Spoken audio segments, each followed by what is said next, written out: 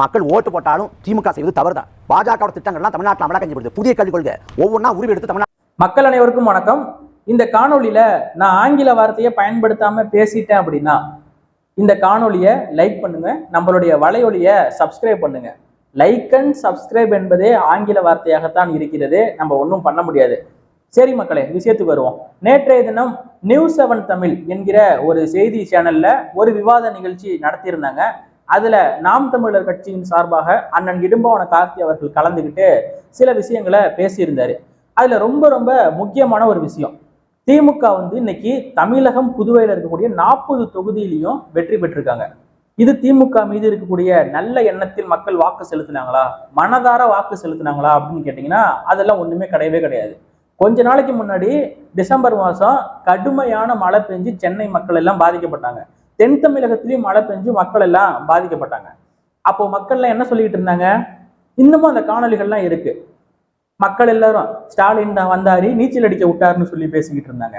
எந்த இனிமே திமுகவுக்கு நாங்க ஓட்டே போட மாட்டோம்னு சொல்லி பேசிக்கிட்டு இருந்தாங்க. தென் தமிழகத்திலயும் சரி, இங்கேயும் சரி. எங்க 4000 கோடி பட்ஜெட் ஒதுக்கி எங்க போச்சுன்னு மக்கள் எல்லாம் கேள்வி எழுப்புனாங்க. எண்ணூர்ல எண்ணெய் கழிவுகள் ஏற்பட்டு அங்க மக்கள் எல்லாம் கஷ்டப்பட்டுக்கிட்டு இருக்காங்க. யாருமே வரல, எங்களுக்கு நிவாரணப் பொருட்கள் யாருமே கொடுக்கல, எங்களுக்கு ஆபத்துல உதவவே கிடையாது என்று திமுக எதிர்ப்பு என்பது நாடெங்கும் இருந்தது. ஒரு பால் பாக்கெட் கூட எங்களுக்கு கிடைக்கலங்கிற எதிர்ப்பு. அதே மாதிரி பாத்தீங்கன்னா தூத்துக்குடியில அம்மையார் கனிமொழி அவர்கள் நாடாரே கிடையாது, நாடார் சமூகம் கிடையாது, உண்மையான ஒரு நாடாருக்கு சீட்டு கொடுங்க அப்படின்னு சொல்லி அங்க இருக்கக்கூடிய நாடார் சங்கங்கள் எல்லாம் திமுகவுக்கு எதிராக வேலை செஞ்சாங்க.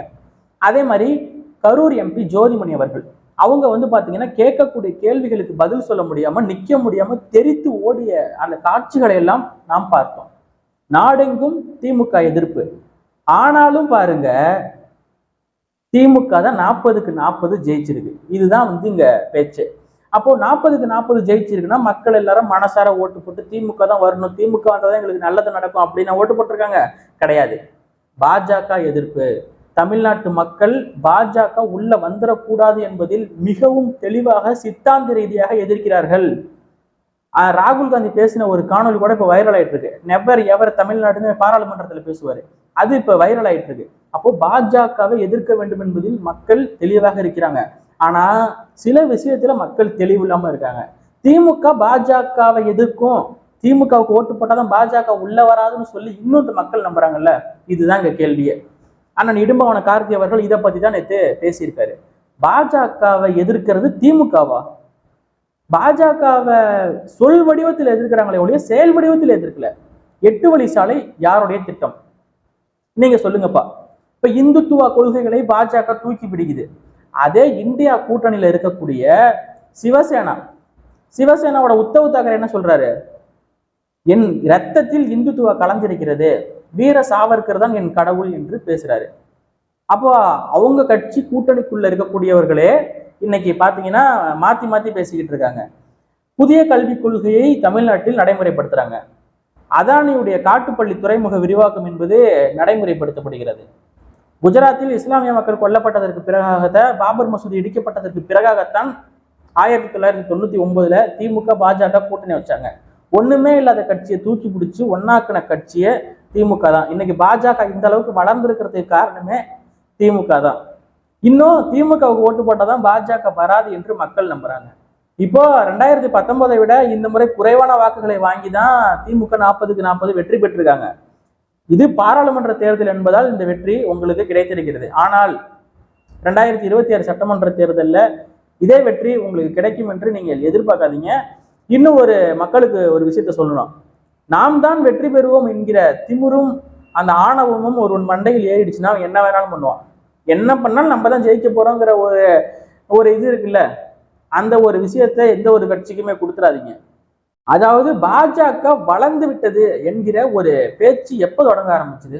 2021 சட்டமன்ற தேர்தலுக்கு பிறகாகத்தான், முதலமைச்சர் மு.க. ஸ்டாலின் அவர்கள் பதவி ஏற்றதற்கு பிறகாகத்தான் இப்படி ஒரு போலியான பிம்பமே மக்கள் மத்தியில ஒரு கிரியேட் பண்ணப்பட்டுச்சு. இது வரைக்கும் உதயநிதி ஸ்டாலின் அவர்களும் திமுகவை சேர்ந்த அமைச்சர் டி.ஆர். பாலு அவர்களும் முதலமைச்சர் மு.க. ஸ்டாலின் அவர்களும் எத்தனை முறை டெல்லிக்கு போய் அமித்ஷா அவர்களையும் நரேந்திர மோடி அவர்களையும் சந்தித்து விட்டு வந்திருக்கிறார்கள் என்பது உங்களால சொல்ல முடியுமா? கணக்கே இல்லை. இந்த தென் மாநிலங்கள்ல மழை பெஞ்சு மழை வெள்ளத்தால் மக்கள் பாதிக்கப்பட்ட பொழுது கூட நிதி கேட்டிருக்காரு. அதுக்கு வந்து மத்திய அரசு என்ன சொல்லியிருக்காங்க அப்படின்னா, ஏடிஎம் இது எப்படி உடனே எடுத்து கொடுக்க முடியுமா அப்படின்னு சொல்லி கேட்டிருக்காங்க. அதுக்கு நம்ம ஐயா உதயநிதி ஸ்டாலின் அவர்கள் நாங்கள் கொப்பை ஓட்டு காசையை கேட்டோம் அப்படின்னு சொல்லி ஒரு வார்த்தையை பயன்படுத்திடுறாரு. பரவாயில்ல, பாஜகவை எதிர்த்து கடுமையா பேசுறாரு உதயநிதி ஸ்டாலின் அப்படின்னு சொல்லி நம்ம நினைச்சுக்கிட்டு இருக்கக்கூடிய அதே நேரத்துல அமைச்சர் டி.ஆர். பாலு அவர்கள் தமிழ்நாட்டை வஞ்சிக்கும் நோக்கத்தோடு அமித்ஷா அவர்கள் செயல்படவில்லை, மத்திய அரசு செயல்படவில்லை என்று சொல்றாரு. டெல்லியில போய் அமித்ஷா அவர்களை பார்த்து விட்டு வந்ததற்கு பின்னால் டி.ஆர். பாலுவின் பேட்டி இது. அப்போ இங்க இவர் வஞ்சிக்கிறாருன்னு சொல்றாரு யாரு? உதயநிதி ஸ்டாலின். டி.ஆர். பாலு இங்க வந்து வஞ்சிக்கல அப்படிங்கிறாரு. எது உண்மை? ரெண்டும் உண்மைதாங்க. ஒன்ட்ட வாங்கின காசுக்கு ஏணி சின்னத்துல ஒரு குத்து, அவர்கிட்ட வாங்கின காசுக்கு தென்னமர சின்னத்துல ஒரு குத்துங்கிற மாதிரி ரெண்டு குத்து. எதை நாங்க நம்புறது? இவர்கள் எந்த காலத்திலையும் பாஜகவை உறுதியா எதிர்ப்பாங்க திமுக அப்படின்னு சொல்லி திமுக காரங்கள சொல்ல முடியாது. நேற்று அண்ணன் இடும்பவன கார்த்தி அவர்கள் பேசினது இதுதான். அதுக்கு திமுக சார்பாக கலந்துகிட்ட பேச்சாளர் பதில் சொல்லவும் முடியாது. இது கேள்விக்கு யாராலையும் பதில் சொல்ல முடியாது. திமுகவில் இருக்கக்கூடிய உதயநிதி ஸ்டாலினாக இருக்கட்டும், யாராலையும் பதில் சொல்ல முடியாது. இவர்கள் எதிர்கட்சியாக இருக்கும் பொழுது கோபேக் மோடி என்று பலூன் கட்டி பறக்க விட்டாங்க, ஹேஷ்டாக ட்ரெண்ட் பண்ணாங்க, கருப்பு படையை பிடிச்சிக்கிட்டு நின்னாங்க. ஆனா ஆளுங்கட்சியை வந்ததுக்கு பிறகு ஏர்போர்ட்ல போய் வெள்ளப்படையை பிடிச்சிக்கிட்டு வெல்கம் பண்ணது யாரு? இது நம்ம கேள்வி. இந்த கேள்விக்கும் திராவிட முன்னேற்ற கழகத்தின் சார்பாக யாராலையும் பதில் சொல்ல முடியாது. அது ஒரு மாநில அரசின் கடமைப்பா, முதலமைச்சருடைய கடமை. பிரதமர் வரும்போது வரவேற்க வேண்டியது ஒரு முதலமைச்சருடைய கடமை என்று திமுகவை சேர்ந்தவர்கள் சொல்வார்கள்.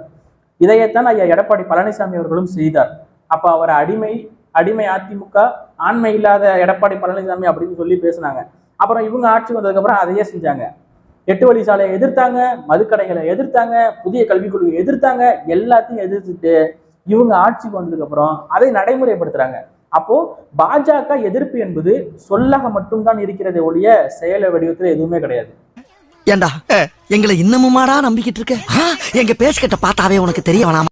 வடிவேலு அவர்கள் சொல்றது மாதிரிதான், எங்களை இன்னுமாடா நம்புற, எங்க ஃபேஸ் கட்ட பார்த்தாலே தெரிய வேணாமா இவங்க பாஜகவை எதிர்ப்பாங்களா எதிர்க்க மாட்டாங்களான்னு.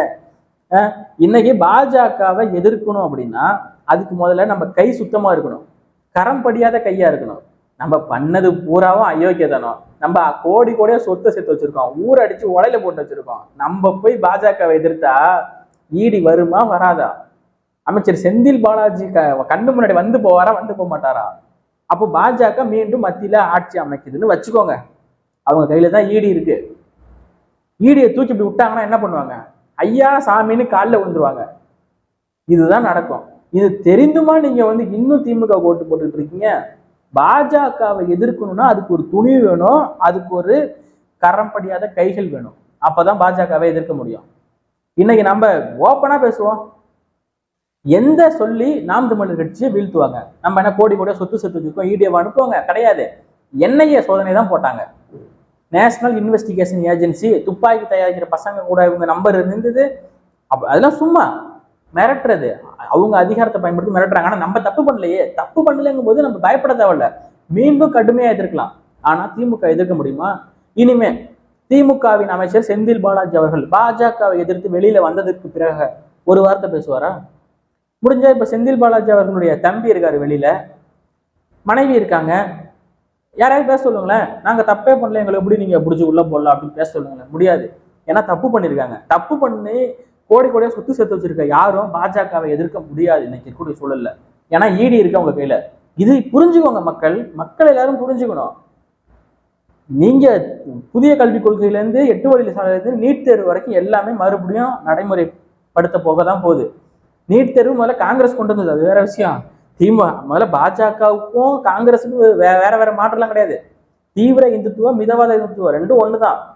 அதுல வந்து ஒன்றும் பெரிய மாற்றங்கள் வரப்போறது இல்லை. காங்கிரஸ் ஜெயிச்சாலும் ஒண்ணுதான், பிஜேபி ஜெயிச்சாலும் ஒண்ணுதான். இவங்க இந்துத்துவ கொள்கையை தான் பேச போறாங்க. அதுவும் இல்லாம காங்கிரஸ் ஆட்சிக்கு வந்ததுன்னா அங்க இலங்கையில சிங்களனுக்கு கொண்டாட்டமா போகும், தமிழ் மீனவர்களை சுட்டு போறதுக்கு கொண்டாட்டமா போகும்.